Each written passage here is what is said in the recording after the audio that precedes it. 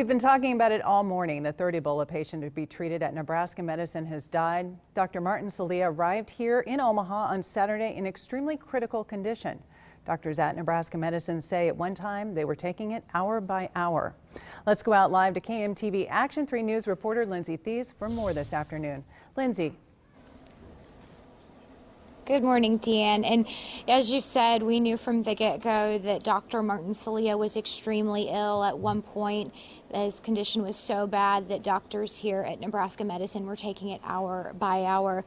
We know that he was brought in to Eppley Airfield here in Omaha about 2:45 Saturday, critically ill, extremely ill. His condition worsened on Sunday, and he succumbed to the Ebola virus this morning after about 36 hours of treatment here at the Nebraska Medical Center. Doctors say they were working around the clock from the airport to the ambulance, giving him supportive care, IV fluids. That continued as he got into the biocontainment unit here at the Nebraska Medical Center.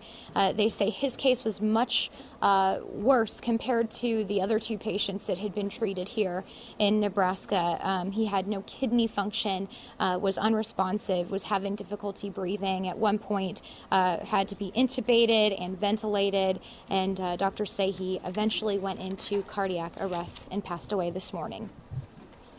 We really gave it everything we could. All modern medical therapies were provided, and we wish there could have been a different outcome. But I'm also proud of the team for what they were able to try.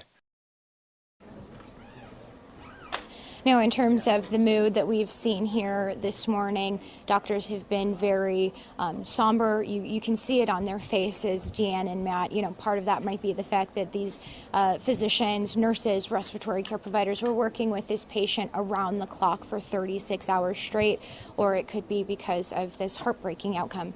We're reporting live at the Nebraska Medical Center. Lindsay Thies, KMTV Action 3 News. Lindsay, thanks so much. Now, Dr. Salia is the third patient for Nebraska Medicine's biocontainment unit.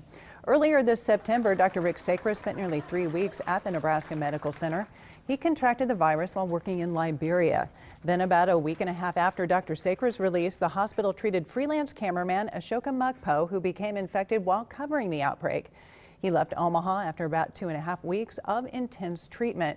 And Ashoka Mukpo is tweeting out his condolences today. This morning, the freelance cameraman sent out this tweet saying, quote, "Safe travels, Dr. Salia. Wish they got you here sooner," end quote. The 33-year-old Mukpo is at home in Rhode Island. Right now, let's head back out to Nebraska Medicine for more in today's news conference. KMTV Action 3 News reporter Rebecca Ray is live. Rebecca. Well, guys, a little bit more about Dr. Salia's history. Now, at the time of his illness, he was chief medical officer and surgeon at United Methodist Kissy in Sierra Leone. That hospital served one of the poorest areas in Freetown, Sierra Leone, and has since closed since his illness. Now, it's unclear if Salia was infected any other patients while practicing in Sierra Leone. His wife wanted her husband to receive treatment in the States, and the U.S. State Department asked Nebraska Medical to receive the patient.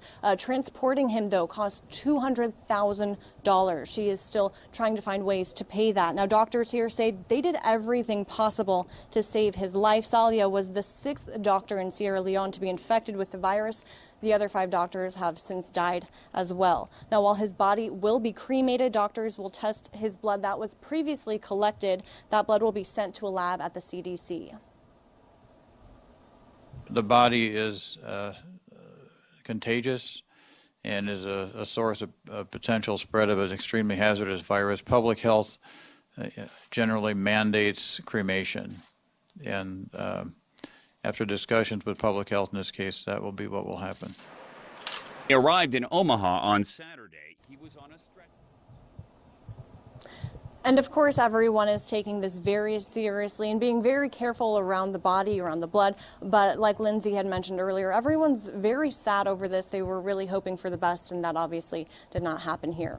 Reporting live, Rebecca at KMTV Action 3 News.